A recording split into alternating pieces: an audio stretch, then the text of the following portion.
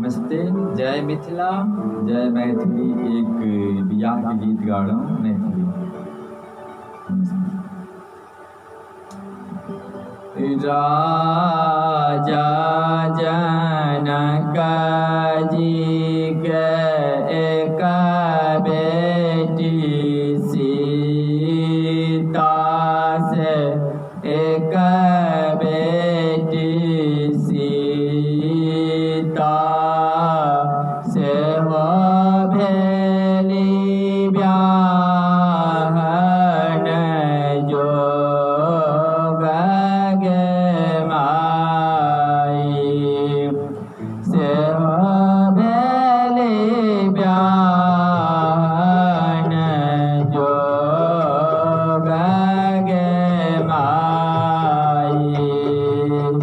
राजा जनक जी के एक बेटी सीता से हो भेली ब्याहन जोग गे माई। राजा जनक जी का कठिन प्रश्न ठनलानि, धनुष तोड़ल जाई गे माई, धनुष तोड़ल जाई गे माई। नगर नगर में निमंत्रण पठावल, मुनि सब आवल, राजा सब आवल। आयल अयोध्या के राजकुमार गे माई, आयल अयोध्या के राजकुमार गे माई।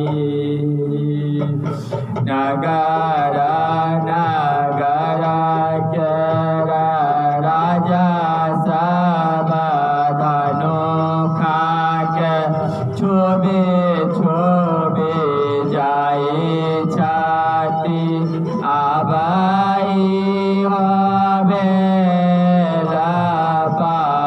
पहाड़ गे माई।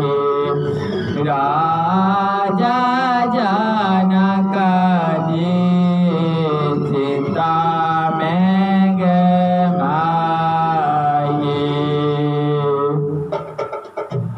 आबल गए आछि बीरने पुरुष आछि, सीता रहती कुमारी गे माई, सीता रहती कुमारी